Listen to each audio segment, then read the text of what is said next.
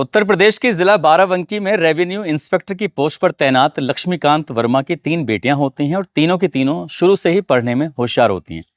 साल 2023 की बात है, बीपीएससी टीचर के लिए आवेदन करती हैं और तीनों ही सगी बहनों का एक साथ टीचर के लिए सिलेक्शन भी हो जाता है। जब सिलेक्शन होता है तो घर में खुशियों के एक तरह से गीत गाए जा रहे थे, लेकिन पिता लक्ष्मीकांत वर्मा कहते हैं अपनी सबसे छोटी वाली बेटी से, बेटा तुम तो कहती थी कि मुझे बड़े होकर डीएम बनना है, फिर तुम टीचर क्यों बनना चाहती हो? तभी बेटी ने कहा कि पापा आप हमारी जिम्मेदारी उठा रहे हो, ये बहुत अच्छी बात है, लेकिन मैं चाहती हूँ कि अपनी जिम्मेदारी खुद उठाऊं और यूपीएससी की तैयारी करूं और उसके बाद फिर मैं डीएम भी बन जाऊं। बेटी ने जैसे कहा, पिता ने बात वैसी ही मान ली और बेटियों को तीनों को विदा कर दिया जाता है। एक बेटी की नौकरी लगती है बिहार के पटना में, एक की लगती है समस्तीपुर में और तीसरी बेटी की नौकरी लगती है अररिया में। अच्छी खासी नौकरी कर रही थी। नौकरी करते करते वो सुबह जाना, शाम को वापस आना और जब मौका मिलता था लगभग यूपीएससी तैयारी करने के लिए 7-8 घंटे लड़की तैयारी कर रही थी। एक दिन स्कूल जा रही थी और स्कूल जाते ही उसका किसी ने मर्डर कर दिया।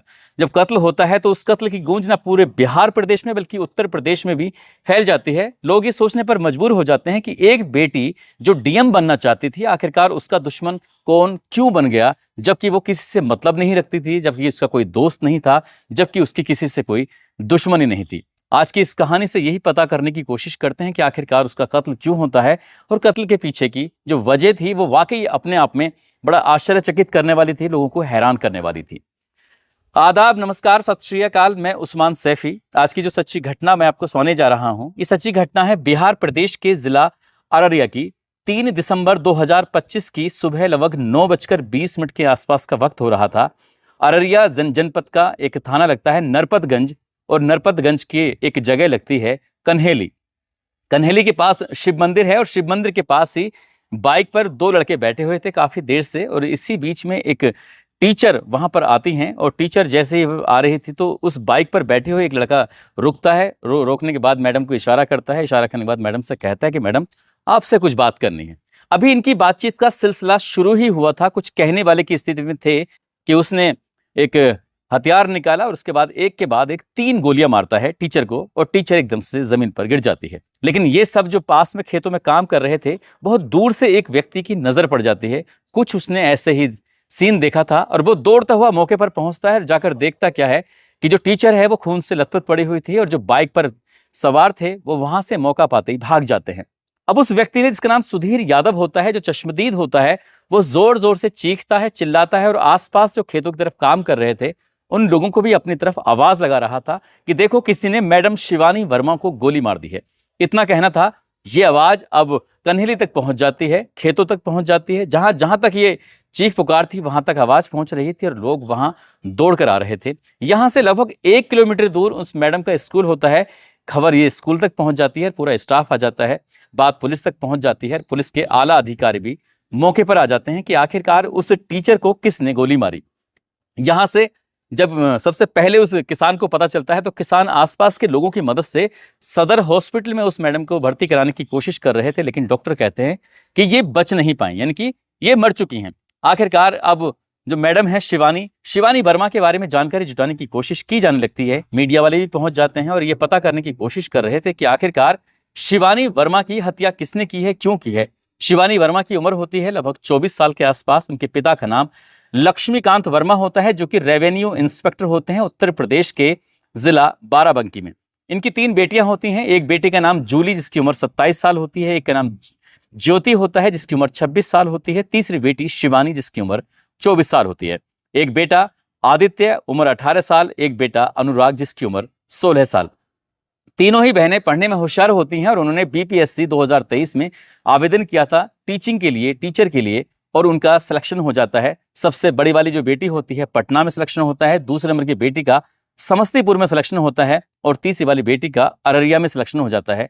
लक्ष्मीकांत वर्मा मूलतः उत्तर प्रदेश के रायबरेली जिले का एक शिवगढ़ लगता है, शिवगढ़ क्षेत्र का एक गांव लगता है पिंडोली, वो वहां के रहने वाले होते हैं, लेकिन बाराबंकी में रेवेन्यू इंस्पेक्टर होते हैं। बच्चों को ईमानदारी से पढ़ा रहे थे और बच्चे भी पूरी ईमानदारी से पढ़ रहे थे।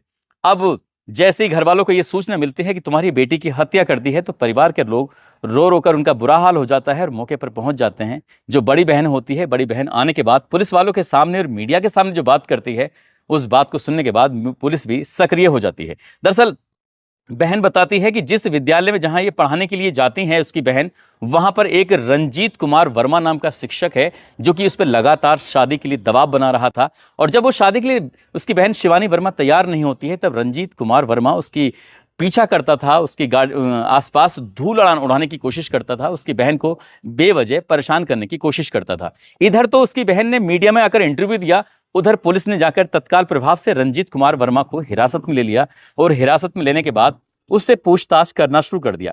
शुरुआत में वो ऐसी बातें कर रहा था, पुलिस ने सख्ती से पेश आई, तो जैसे उसने पहली बार बात की थी रंजीत कुमार वर्मा ने, ठीक वो वैसी बात कर रहा था, लेकिन एक ही सवाल का एक ही जवाब दे रहा था।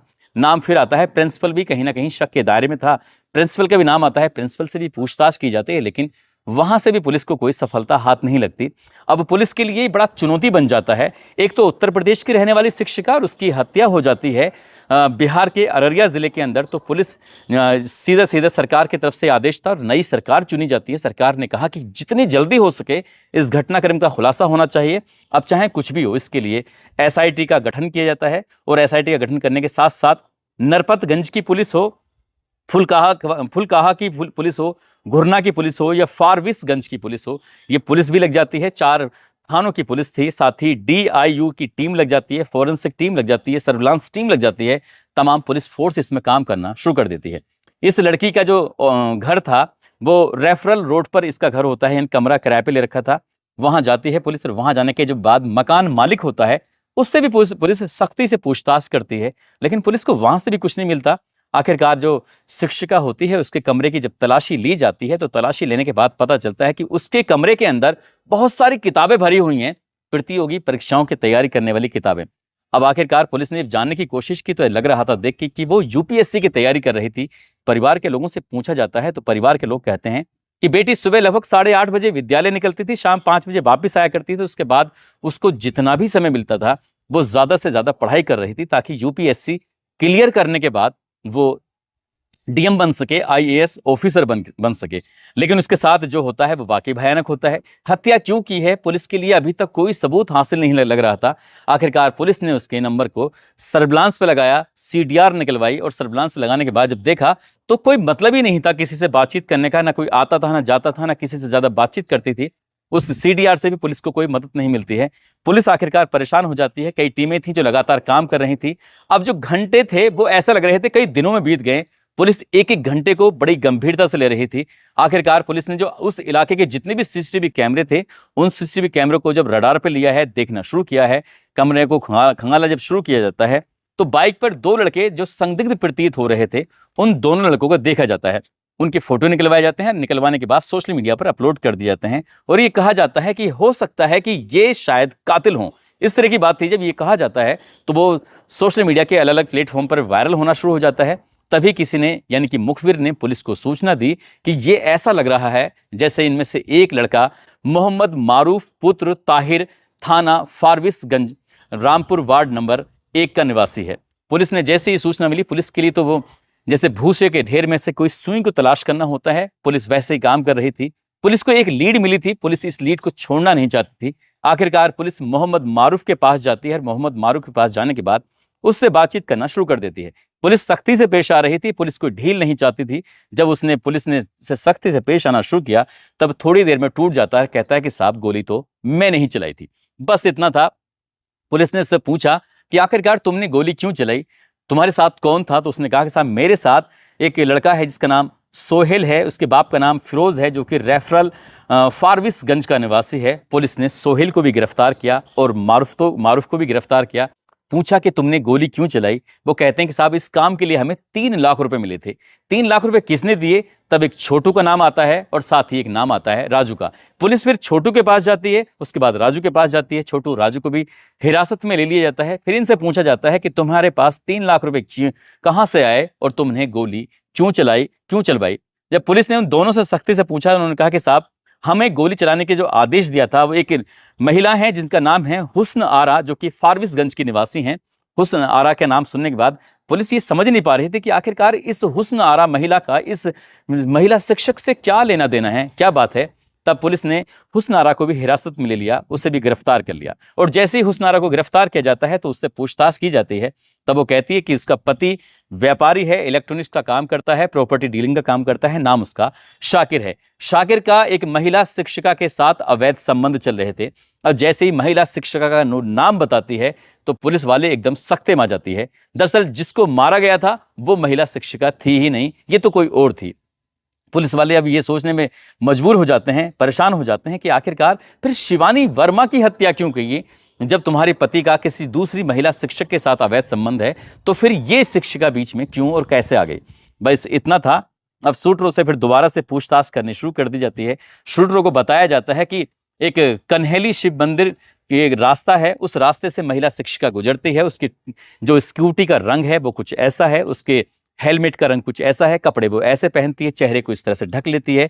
सुबह इस टाइम वो आती है और इस टाइम से वो शाम को वापस जाती है। वो लड़के पहले से शिव मंदिर के पास जाकर खड़े हो जाते हैं, जो शूटर होते हैं, और खड़े होकर इंतजार कर रहे थे। लेकिन उस दिन जिस शिक्षिका की हत्या करनी थी वो शिक्षिका उस दिन नहीं आई। इस रास्ते पर एक नहीं बल्कि दो शिक्षिकाएं आती और जाती थी। दोनों, एक शिक्षिका होती है जो कि प्राथमिक विद्यालय भवानीपुर में जॉब होती है और इनकी कन्हेली में जॉब होती है। दोनों के अलग अलग विद्यालय होते हैं लेकिन रास्ते एक थे। और इत्तेफाक की बात यह थी कि दोनों के हेलमेट भी एक जैसे थे। और इससे भी बड़े इत्तेफाक की बात यह थी कि दोनों की स्कूटी का कलर भी एक जैसा था। और इससे भी बड़े इत्तेफाक की बात यह थी कि दोनों अपने चेहरे को बिल्कुल ठीक वैसे ही कवर करते थे जैसे कि दोनों एक दूसरे के कवर करते हैं। अब इस बात पर ये हैरान थे, इन शूटरों को लग रहा था कि जिसको मारने के लिए कहा गया वो सामने से आ चुकी है। लेकिन इत्तेफाक नहीं बल्कि ये कह सकते हैं कि उसके नसीब में मरना नहीं था उस शिक्षिका के।